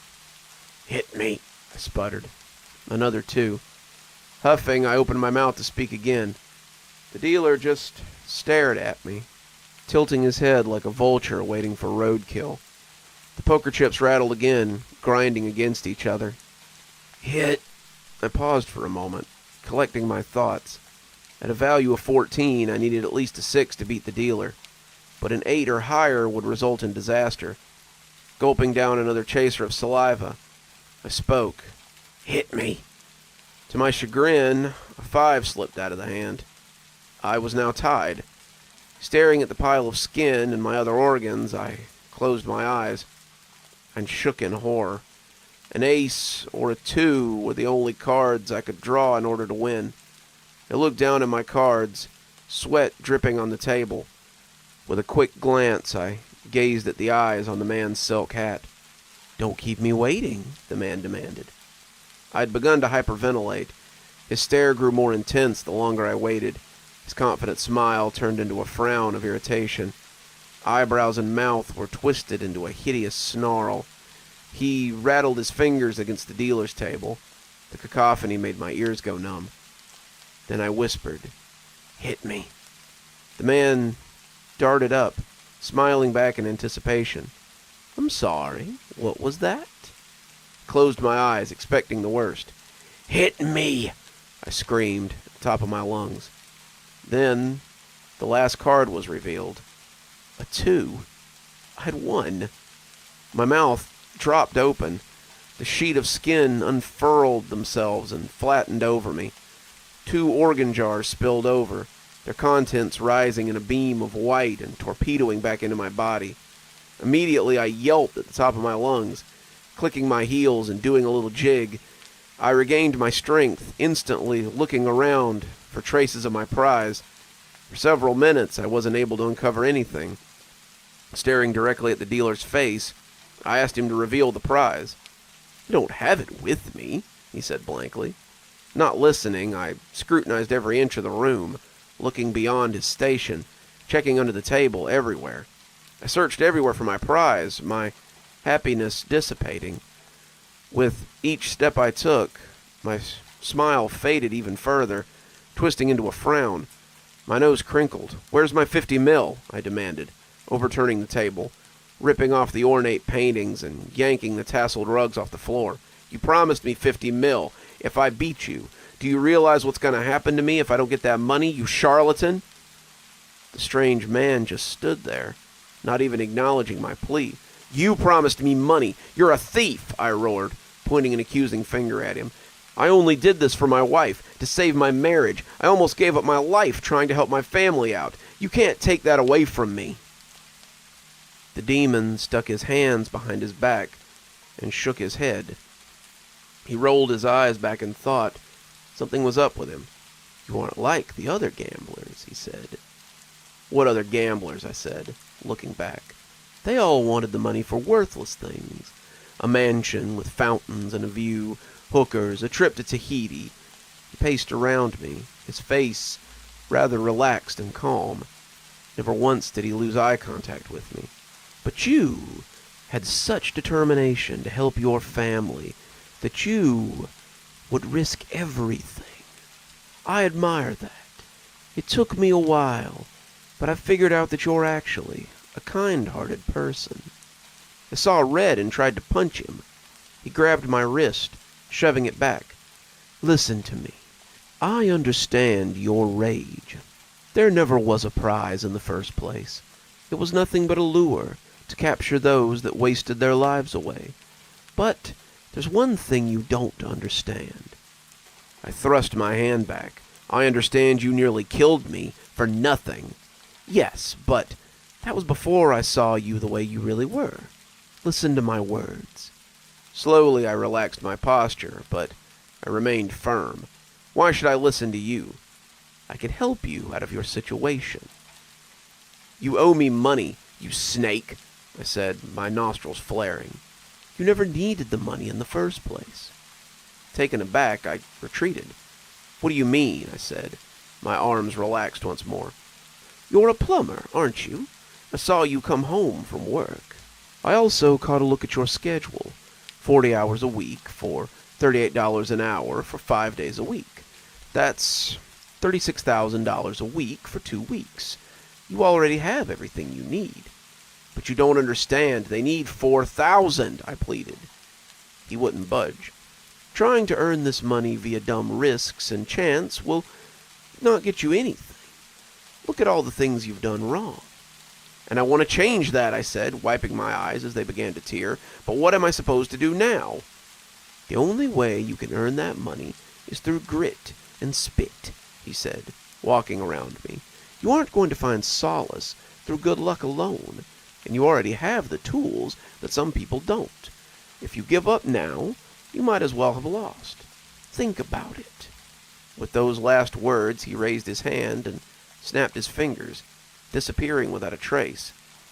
Slowly, I gathered my things and walked out of the casino, head hanging low. The next day, I was fixing an old lady's faucet, inspecting the leak. I wondered what the demon's words had meant. Before I stuck the wrench up to the U-trap, I remembered my pay. If I worked the same amount of hours as before, I'd only make $3,600. But if I pulled off some overtime and worked several extra hours, I might just be able to pay off the debt. I started staying up much later than before. Not long after, my wife started becoming suspicious. Eventually, she confronted me. "Frank, you've been staying up late. You going back to the casinos again?" she asked, hands on her hips. I closed my eyes, and instead of fear, calmness filled my veins, and my blood stilled. "Not this time. I've been putting in some overtime." Her face loosened up for just a moment, before hardening again. I held my hands up and motioned my palms downward. "Listen, I've been horrible lately. All my gambling did was drown us deeper in debt." Her expression began to soften up again, her frown vanishing. "I want to change things. We used to work so well together, doing everything to help each other. Instead of fighting against each other, it's time we made our peace, and we bring us out of debt together." I held my hand out for her to shake. She kept her arm pulled back and folded like a pincer of a mantis. Inch by inch, though, she extended it and took my hand. The following day, my wife convinced me to go to therapy and get out of my addiction, which I gladly obliged. Simultaneously, she decided to start up another job working as an electrician. Day by day passed, and we pooled our resources as one. Before our eyes, bills were paid, and debt disappeared faster than our eye floaters. Our financial status wasn't the only thing that changed. Her once crusty mood lightened up, and she began to smile more. She began to believe my words and began to respect the changes I made. And then we paid off our rent. We got a letter from our landlord saying that we now were even. The moment that letter came in, we embraced each other. The only question now was, what were we going to do with the extra money? Not long ago, we ended up earning enough to create our own 3D project, this time of a companion cube. Day after day, we create more projects. Although we weren't as happy as our days back in college, we still could make the best of what we had. In retrospect, the hat-faced man put up a good fight, but I managed to come out of the casino with more than I'd gone in with. It wasn't exactly money, but it wasn't worthless either.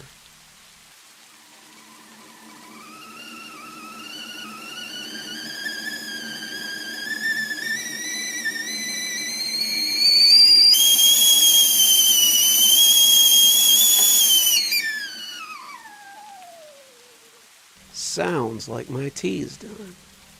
While I pour a cup and get comfy, let's move right on into our fourth story. It's always nice to go out for a bit, see nature, hike the trails. But it's even better when you're a kid. You never know what adventures you're going to find while you're out in the big world, or whether or not you might hear voices from the vent.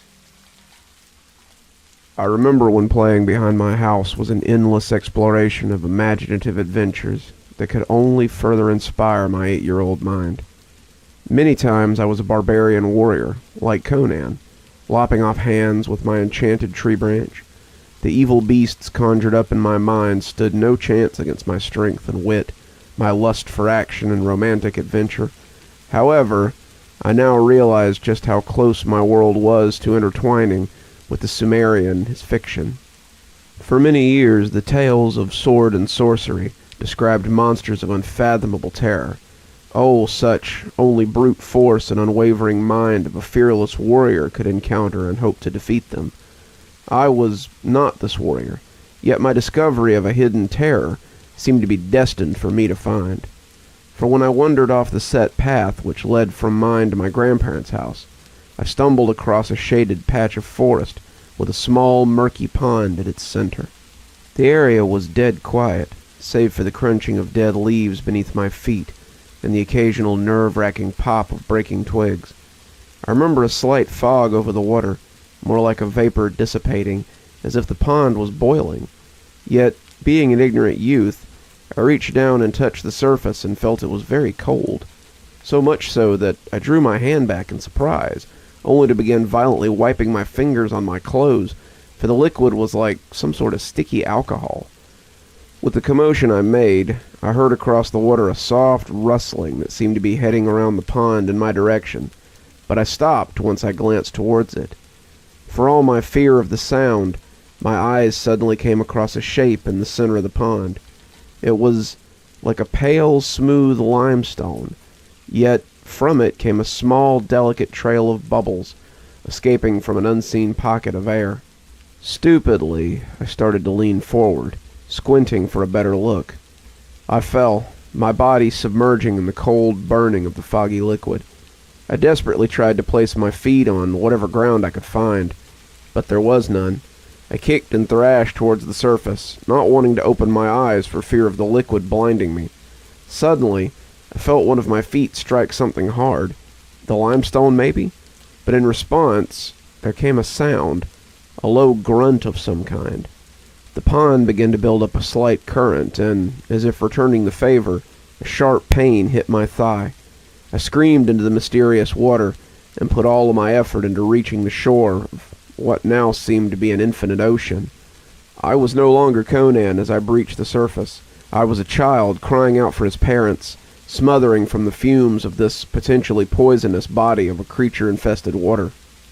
I climbed out after what seemed an eternity of an unwaking nightmare, and refused to look back as I ran from the pond. I expected to hear the sound of a monster breaching the pond's surface, but the silence of the dark woods remained unbroken. The vapors of the dry liquid trailed behind me as I desperately made for the familiar path. When it was in sight, I felt the calmness of familiarity, which caused me to slow my pace. The world was luminous with the summer evening, and the creatures of common knowledge went about their business, ignorant of what I had found. When I reached home, I wondered if I had only dreamed up another fantastic story in which I had encountered the pond. There was no scent of the strange water, no more burning on my skin, but the fear in my heart returned as I looked down at my torn jeans and spied a coagulation of blood from a long scratch on my flesh. I hurried inside and tossed my clothes into the hamper, showering for good measure, unintentionally earning praise from my mother for being on top of my hygiene.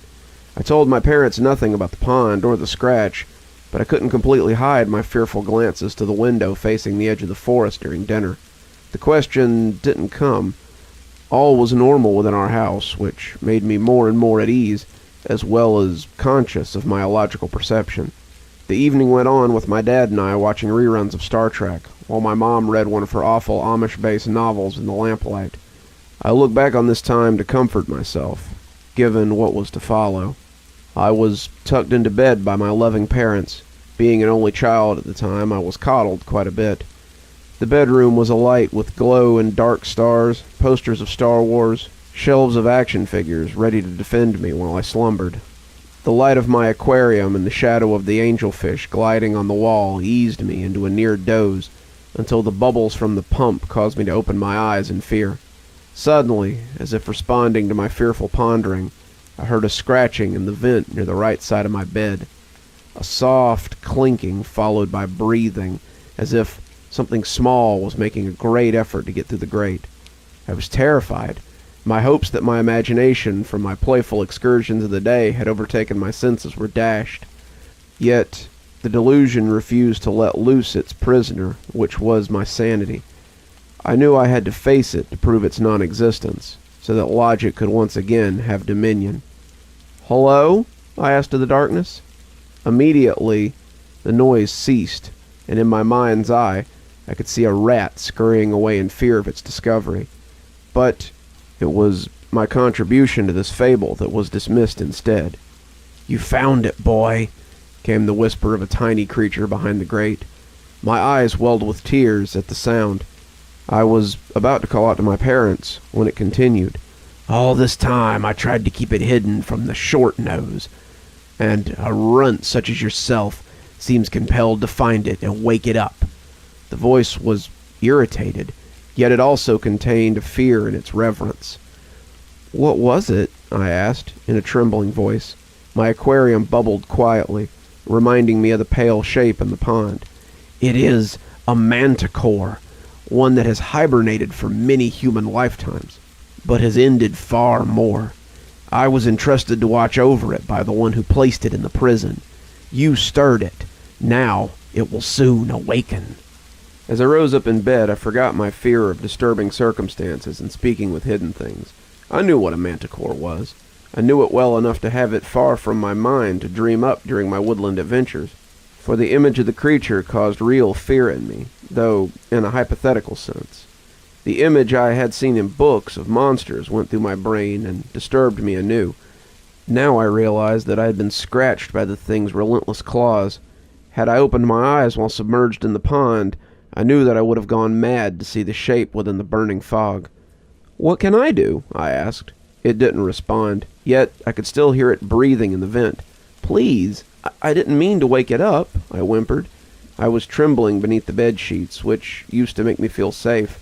Now I only felt cold and alone, guilty for bringing such a thing into this world. "You cannot put it back to sleep. It's been too long now, and it'll be hungry. You cannot hurt it with any weapon, for its flesh is invulnerable. It can eat you whole, and it'll leave no bones behind. Its roar is terrible, boy. Your mother, your father, will wake up to the sound of it, and will be taken by madness, Once it enters your home, it will devour your neighbors, all who dwell nearby, and no one will know what's happened to any of you." I fell out of my bed and onto the floor, sobbing. I crawled to the vent and put my face down to it, without fear of what might happen. "What can I do?" I implored. "How can I kill it?" In the grate, I could see a tiny shape stirring within, 2 glimmers of silver light peering at me, and I could see the green flesh of a long, pointed nose. It was a goblin, small and mischievous looking, though at the moment the eyes looked sad and pitying. When it spoke for the final time, I sensed the want of a brighter circumstance. "If you wish to truly be the hero you pretend to be, you must slay it through its mouth." The eyes disappeared, and a soft, scrabbling shape faded into the darkness. I was alone with this frightening knowledge, and I had to make a choice. Should I return to my bed and risk waking up to the roar of the manticore, or did I face it that very night in the strange waters that it lay beneath? I was a child. I was scared, but I knew I couldn't let my family and my neighbors be devoured because of what I had done. I dressed, grabbed a flashlight and a small family picture propped up on the table next to my bed, then quietly went to the kitchen and grabbed the largest knife from the rack. With my weapon in hand, I went out the back door to the swaying trees of a windy midnight. I started up the path with an empty mind, neither allowing terrible imagery nor doubting logic to hinder my strides. I wasn't brave, but I wasn't foolish. I simply was. The reality, or at least my perception of it, had been shattered into shapeless pieces of mirror that, no matter how well formed, could never show my reflection in its former naivete. I prayed that I wouldn't find the pond, but I knew for sure that I would. The shape would be there. I would have to go back into the water and somehow open the mouth of the manticore and shove my feeble knife into it. This was my plight. I was 8 years old, on an adventure in my favorite place to pretend, and I could feel a laughing mockery of my innocence when I left the path once more. There was no sound but the wind and the trees. A crescent moon in a star-filled sky watched me from afar. I held my family picture to my chest and watched the hills of dead leaves. The beam of my flashlight shone through the trees, who almost seemed lonely in this path. In true, this was a world left behind a long, long time ago, when fairies took flight, and in the gardens of elves, dryads danced for satyrs piping tunes. Whatever creatures flourished in this pocket of time so close to my home were long since devoured by the manticore. Likely whatever force imprisoned the beast also sent it here to our plane, as well as having the courtesy of leaving a goblin behind to watch over it, no doubt. I finally saw the pond reflecting its murky grayness with my flashlight, and my soul cried out within me as a cold fear enveloped my body. There were no more vapors floating on the surface. Neither was there a pale shape below. It was still and empty. The thoughts now began to race, both logical and fantastical. It was gone. It was never there. I can return to my warm bed and forget about it. It will be there waiting for me in the midst of my parents' innards. I wanted to scream for all the emotions, but it was the manticore that screamed into the night, sending a terrible jolt through my body. My bowels cramped at the sight of the giant face of a human hovering 10 feet in the air. The paws of an enormous lion's body thudded to the ground, the wings on its back flapping a gust that almost made me topple over. The barbed, porcupine-like tail flicked violently left to right, taking out a tree with one careless swipe. The eyes were large and bulging, yellow with black gashes for feline pupils. When my eyes met that of the monster's, it screamed again in satisfaction at its discovery of its first meal after so long its slumber. I could see its 3 rows of teeth as it howled at me, and yet somehow my only thought was, my parents are hearing this, and they're going to find out that I'm out of bed. They're going to look for me. They won't find me. I've been swallowed whole. When the manticore reached out to me, it stopped and gazed down at my tiny form and did something that finally snapped me out of my insane stupor. It grinned. The monster was grinning at my fear. The teeth were sharp and yellow. The stench of its breath broke through each of them and made me almost vomit. stagnation of time, the willingness of its stomach acid to return to its labor. The manticore was ready to indulge itself. It breathed in through its nostrils, then opened its mouth and slowly came down over my head. Yet, somehow, instead of succumbing to terror, a white-hot hatred took over. I was offended at how weak it perceived me. I was irritated at how much of a bully this thing was. This freak of nature had thrown its weight around eons ago and eradicated the peaceful world in which I lived. I refused to let this happen again. Not to my family, my neighbors, and certainly not to me. I stepped on the first layer of its teeth and stabbed the knife into its tongue. It screamed and began to try to close its jaws on me, but I had already climbed further in and now sank my knife into the roof of its mouth. The beast thrashed its head, trying to sling me out, but I kept climbing further in, slicing and stabbing all the way through. I remember the barbarous man of action that I pretended to be, and I embraced it fully, burrowing deep into its throat, spitting blood from my own mouth as I climbed. By the sudden change in its equilibrium, I could tell it had fallen to the ground and was struggling against the pain. I pressed my feet against the back of its throat and shoved my knife deep into its skull. I couldn't penetrate it, so I began to cut upward as hard as I could. Its screams were deafening, but I knew that it could hear my laughter as I sliced and mangled without mercy. Suddenly, I was drowned in cold, burning water from the pond, along with fresh screaming as it mingled with the manticore's wounds. I lost my knife in the flood, but not my footing, or the family picture in my hand. I kissed it, then smashed the glass in the frame and shoved it into the open gash as hard as I could. The monster bellowed and suddenly began to whine pitifully. The thrashing ceased, and the water flowed inside until I was completely submerged. I began to swim out of the mouth, fearful of the teeth, but desperate to get out. My eyes burned horridly, and all the vision I had darkened from the night, so I felt my way past the teeth to the surface. Through the burning, I could make out the flashlight which lay on the ground, and I swam towards it, fearing the claws of the beast seizing me and pulling me under. Suddenly there were small hands grabbing my arms and helping me out of the pond. It was the goblin, though I could barely see its shape. "You did it, boy! You did it! You slew the manticore!" I was confused. All the effort I put forth to hurt the creature still hadn't been enough to kill it. The goblin continued to bellow his claim, and I expected any moment that the thing would come back up and chomp us both. Yet the creature was silent. I could see now that it had plunged head first into the pond and drowned itself. It's really dead?" I asked. "Poisoned. The water is deadly to manticores that ingest it, which is why it was put here to sleep. But they can hold their breath for a long time. You made it drink the water to relieve the torture, and now its innards will burn away." I fell back and watched the star-filled sky. A meteor passed, and with it went my wish to always have this bravery that overcame my impossible fear. As the years progressed in my life, I found myself abandoning my imagination, my thoughts of heroism, but I always remembered the moment when I accepted my new reality at the edge of the pond.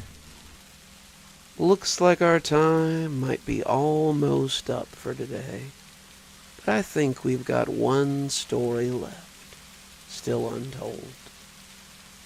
It's always nice to have house guests, a little change from the norm, but when those house guests don't know when to go, well, it becomes a little bit irksome. So, join me as we find out what lives in the basement. I'm a little surprised that I'm writing this, since I was never that much into the supernatural. I say not that much because my older sister, Rita, was mesmerized by it. She was 6 years older than me.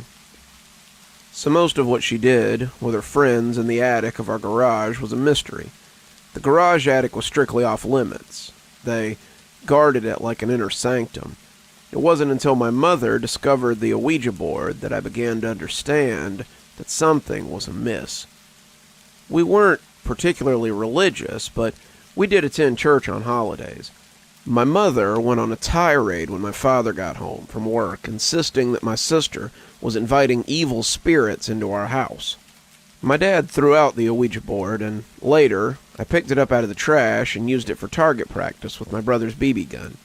None of that would have been particularly memorable, except the following night, my sister was babysitting me. Normally, as soon as my parents left, they would call Brenda down the street to come down and split the babysitting money with her and leave.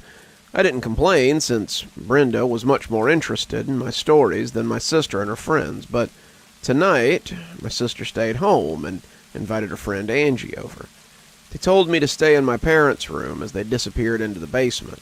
I grew up in the Midwest, and we had one of those old, deep basements.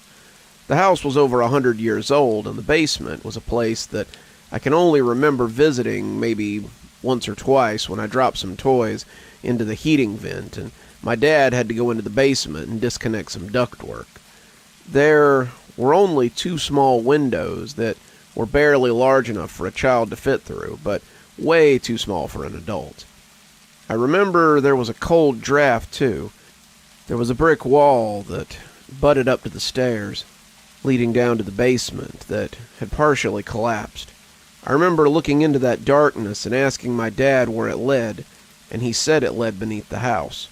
My parents never had to tell me not to go into the basement. I was petrified of it. I think I was playing with toy soldiers in my parents' room when I heard their blood-curdling screams. I don't remember being afraid, but they both came running up the basement stairs and ran straight past me out of the house, slamming the basement door behind them. I was 7 years old at the time. I had no idea why I didn't follow them. I just sat there on the floor with my toy soldiers. And then I heard the footsteps.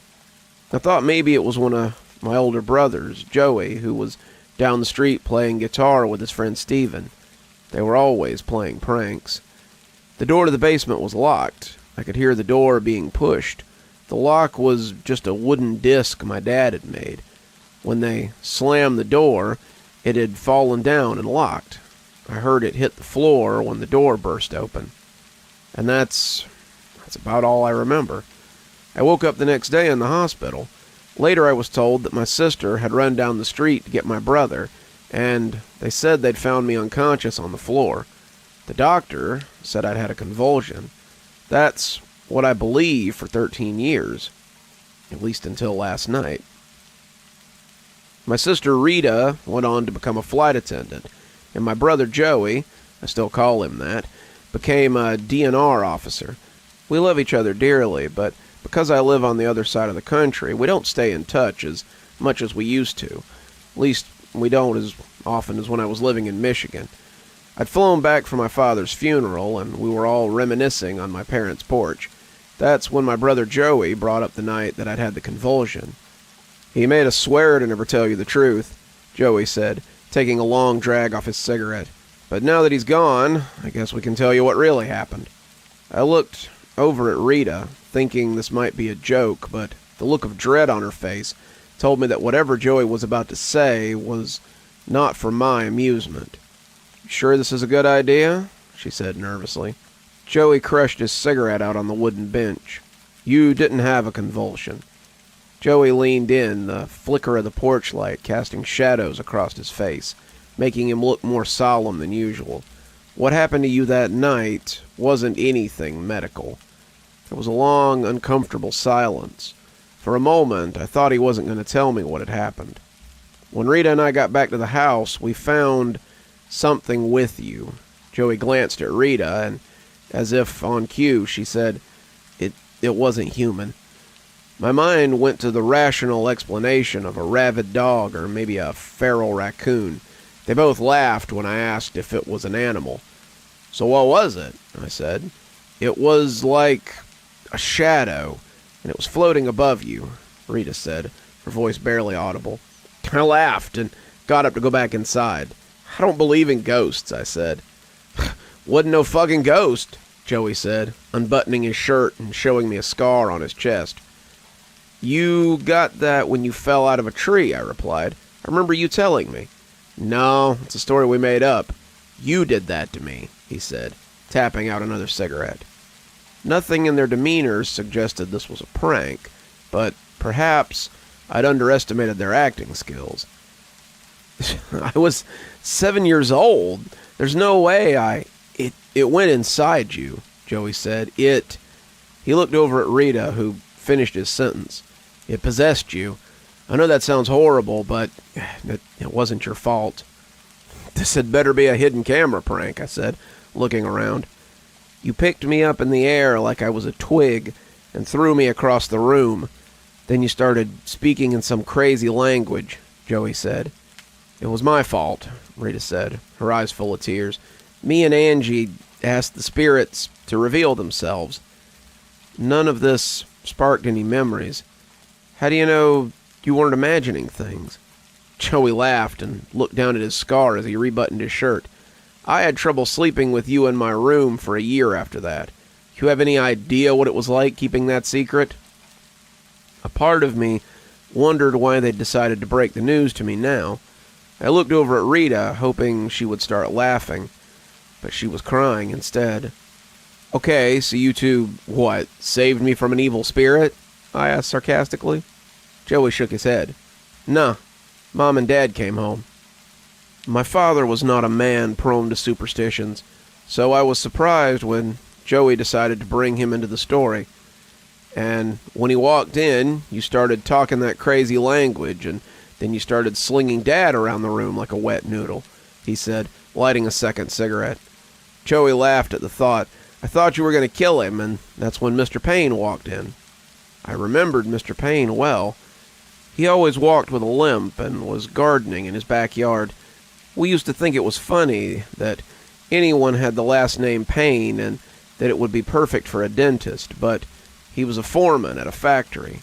He heard the screams from across the street and came over to see what was wrong. Boy, did he ever get a surprise, Joey said.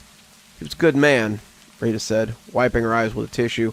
That thing started talking to him, and Mr. Payne started talking back in the same strange language. Joey was looking off in the distance. There's a lot you don't know about Mr. Payne. I couldn't help but think my siblings had watched The Exorcist one too many times. This is all unbelievable. I'm sorry. Did you know he studied to be a priest for 5 years and then gave it up when he met Mrs. Payne? Joey said, sitting on the porch rail. That's how he could speak to it. He studied those old languages. He started praying over you, and he asked Mom and Dad to get a priest, Rita added. I tried to envision Mr. Payne standing over me in prayer, but couldn't hold the thought. All sounded so fantastical.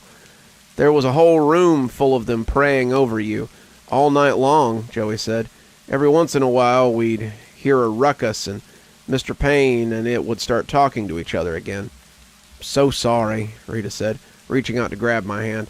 I've been wanting to tell you, God, for so long. It was strange, hearing a story about myself that sounded like a fairy tale.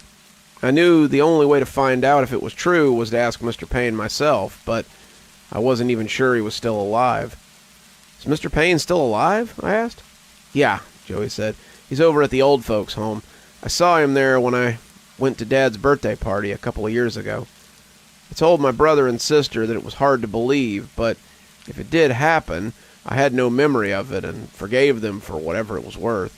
Seemed like it was important for them to hear that I forgave them, but it didn't sound like they'd done anything wrong. What I didn't tell them was that I planned to visit Mr. Payne tomorrow before my flight for California. I had a few hours in the morning, and given the circumstances, it seemed like the most rational thing to do. In retrospect, it was obviously not the wisest choice. That night, I sat in my hotel room trying to figure out why my siblings had come up with such a ridiculous story. They were both teenagers, and maybe they had misunderstood the situation. I might have lost my mind temporarily and then had a convulsion. Except the people praying over me all night long didn't seem to fit the story. But it was a small town with plenty of superstitious people. Wouldn't be the first time a group of well-meaning religious folks misdiagnosed a medical condition for a supernatural event. I woke up early the next morning and headed over to the nursing home. The last time I'd been to Hazelbuck Nursing Home was during my childhood. I would visit with my mom when my cousin was living there. My cousin had multiple sclerosis, and I remembered the place smelling bad, like Clorox. My cousin was always in good spirits and smiling, but I could never get over the smell of the place. To my surprise, the place had been completely renovated, and it even smelled better. There was a young lady in the front who greeted me. I asked if Mr. Payne was still a resident, and she asked me to sign in and pointed me towards room 144. I stood outside the room for a few moments. I still had time to turn around and head back to my normal, boring life in California. The radio was on, and I could hear Ernie Harwell doing a play-by-play announcement for the Tigers baseball game. Against my better judgment, I knocked on the door and heard a gruff voice say, "Door's open. Come in." I walked in and saw Mr. Payne sitting in a recliner. He didn't look much different than I remembered him, but I could tell he was having trouble placing me. "It's Rich Thelen. You knew me as Richie," I said, smiling. Mr. Payne's demeanor changed immediately. It was as if he'd seen a ghost. I can come back another time if you..." No, it's fine. I just wasn't expecting to see anyone today." He pushed out a footrest. "Have a seat." I was suddenly uncomfortable. I guess I had half expected Mr. Payne to tell me it was just an overactive imagination, but judging from his reaction, I knew I wasn't going to like what he had to tell me. I thought about standing up and leaving. I'm sure he'd probably wonder why I showed up, but there was some doors that were just best to leave closed. This felt like one of those. "I heard about your dad. You just never know how long you got until the bell tolls." It took me a moment to reorient myself. I'd completely forgotten that I'd been at my dad's funeral yesterday. Yeah, he always said he'd probably die of a heart attack. My grandpa was 45 when he died the same way. "You mean Bill? I knew your grandpa. We used to hunt pheasant together." I didn't remember my grandpa. He died before I was born, so I didn't have anything to add. "I'm really surprised to see you," Mr. Payne said, slapping me on the knee. "You look good." "Thank you," I said, realizing I could just make small talk and leave. I didn't need to open any locked doors. I could just shoot the breeze. "So what brings you here?" Mr. Payne asked. "I came because I heard a crazy story, and I wanted to see if it was true." Mr. Payne ran his fingers through what was left of his gray hair. "I figured that's why you were here." Mr. Payne looked over his shoulder. "Can you get me some water? There's a cup next to the sink." I didn't know if that was a stall tactic or if he was preparing to give me a long speech, but I was happy to stand up and create some space between us. A few minutes later, I turned around with his water, and that's when I noticed he was holding a rosary. I handed him the water, and rather than sit back down, I took a couple of steps and leaned against the counter. "I've tried to forget that night," Mr. Payne said, sipping from the styrofoam cup. "You sure this wasn't just an overactive imagination?" I asked. The old man lifted an eyebrow. "Did they tell you what happened?" "What they could remember, yeah." Mr. Payne took a few more sips of water and thought for a long time. "Well, they were just kids, so they probably didn't tell you everything." I waited for him to say something, but he just sat there in silence. I don't think he really wanted to discuss it. "Mr. Payne, my brother said you dropped out of the priesthood." "I did. Mrs. Payne was a nun back then, and I was going to be a priest, but nature decided otherwise." I laughed, even though it wasn't funny. Again, I contemplated abruptly walking out of the room. "What you had in you was an old spirit, very old. It had come across the ocean from the old world, Europe. The language it spoke was Latin. None of this made any sense. Our house was old by the standards of the United States, but there was nothing ancient about it by European standards." "Why would an old spirit live in our basement?" I asked. Mr. Payne laughed. "Is that what they told you, that it was in your basement?" I nodded, surprised that there appeared to be a disagreement in their memories. Part of me hoped that the version I was about to hear was tethered in reality. It visited your basement because your sister and her friends called out to it, Mr. Payne said, his hand holding the rosary as it started to shake. I thought back to my brother telling me there was a lot of things I didn't know about Mr. Payne. That was suddenly starting to sound like an understatement. Then where did it come from? I asked. Mr. Payne's gaze went blank, and he started to mumble in a foreign language. That's when his eyes rolled back in his head, and a smile crossed his face. The following words rolled out of his mouth in a thick Italian accent. Venit ex me. A moment later, his whole body began to shake. I pushed the nurse button next to the bed, still grounded in reality. I thought he was having a stroke. He was talking much clearer now, and I tried to remember it. Sponsium cum santa fide. And then I saw it with my own eyes. Black smoke, like tentacles, lifted out of his body and started taking the shape of a human. I was no longer in the nursing home. I was a petrified 7-year-old boy on the floor holding a toy soldier. Everything I had repressed came back in a terrifying moment. The cries, the prayers, and eventually being freed. With the last of his strength, Mr. Payne whispered, Serveti ipsum, serveti ipsum. And a moment later, the shadows enveloped him and vanished. A caregiver eventually arrived a few minutes later. They said he was having one of his episodes and asked if I'd come back another day. I walked out of the nursing home and realized I'd reopened a door that Mr. Payne had locked with great difficulty and sacrificed 30 years ago. I didn't know the specifics of what Mr. Payne had done that night or what had happened in Rome that caused Mr. Payne to leave the priesthood, but something told me it was more than simply meeting his wife. A few months later, I looked up the meaning of those words. Mr. Payne was telling me he'd made a pact with the darkness, and then he told me to save myself. I pray every day to be spared the fate that Mr. Payne had.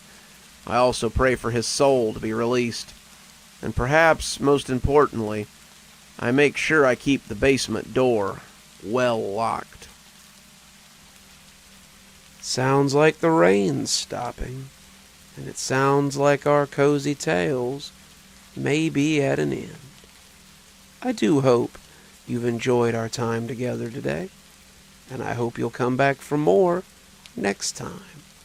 Until then, this is Dr. Plague, wishing you a very happy day and a very spooky evening.